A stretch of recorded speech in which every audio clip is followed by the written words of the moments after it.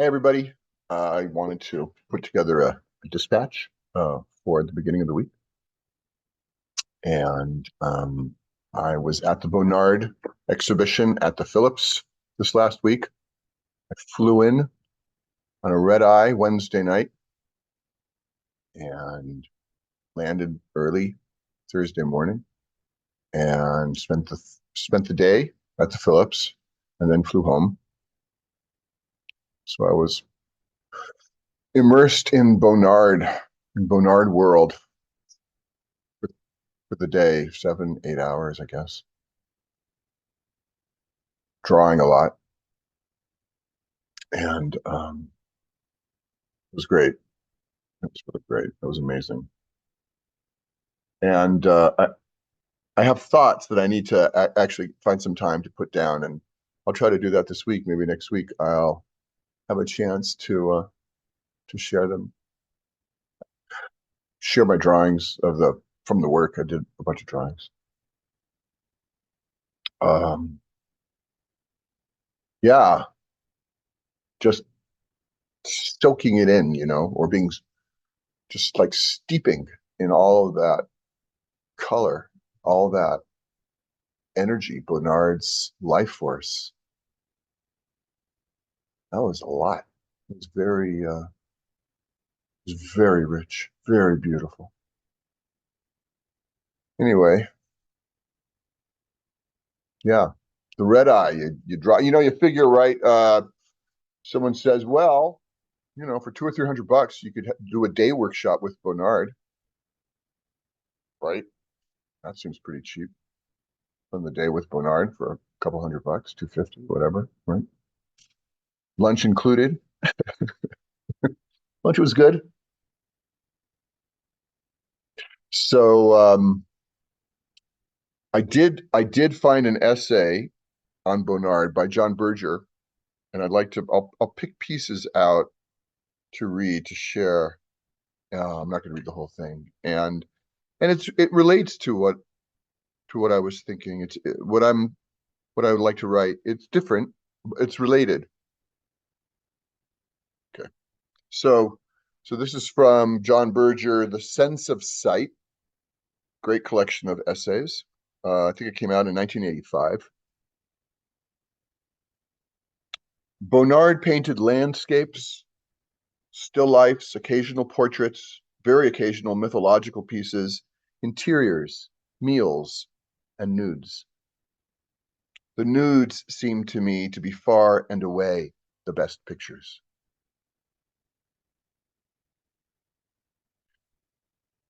Goes on and discusses a number of things related to the nudes. And then he says, before I saw the Bonnard exhibition at the Royal Academy in London in 1966, I was vaguely aware of the ambiguity in Bonnard's work between presence and absence.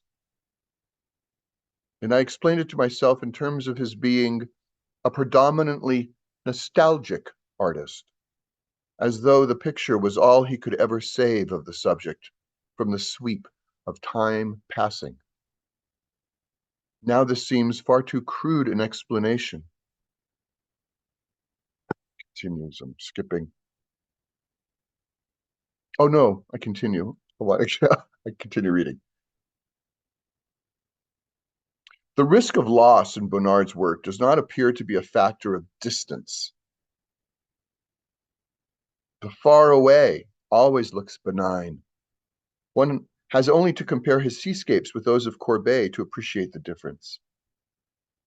It is proximity which leads to dissolution with Bonnard. Features are lost, not in distance, but as it were, in the near. Nor is this an optical question of something being too close for the eye to focus. The closeness also has to be measured in emotional terms of tenderness and intimacy. Thus, loss becomes the wrong word and nostalgia the wrong category. What happens is that the body, which is very near, in every sense of the word, becomes the axis of everything that is seen. Everything that is visible relates to it It acquires a domain to inhabit.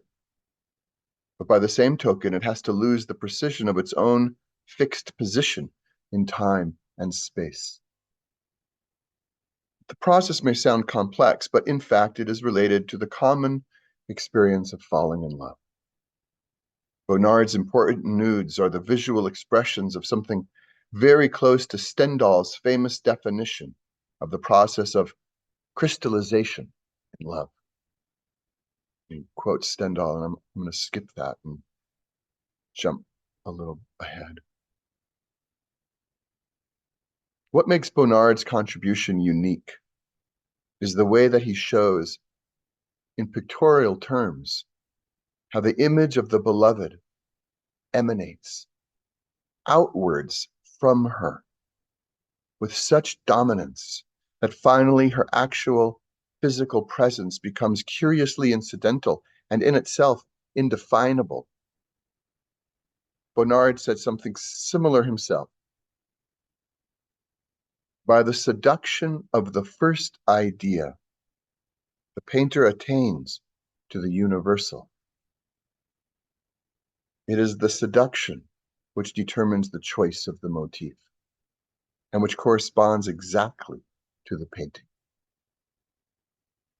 If this seduction, if the first idea vanishes, all that remains is the object which invades and dominates the painter.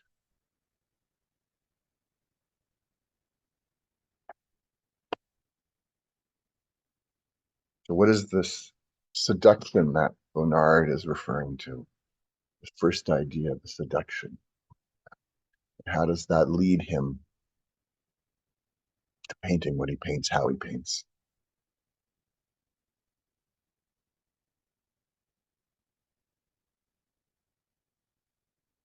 Okay, I'll leave it at that. I feel it in me. All that paint that moved through him, through his hands onto those canvases. It was quite something. It was masterpiece after masterpiece after masterpiece. Extraordinary. Hope you're all well. Another week. Hope you're painting, drawing, marking, making. I was just out landscape painting this morning. It was great. It was delicious. It was sunnier than it is now. Good morning. Okay. All right. I'll put some pictures in. Hope you're well. Take care. Bye-bye.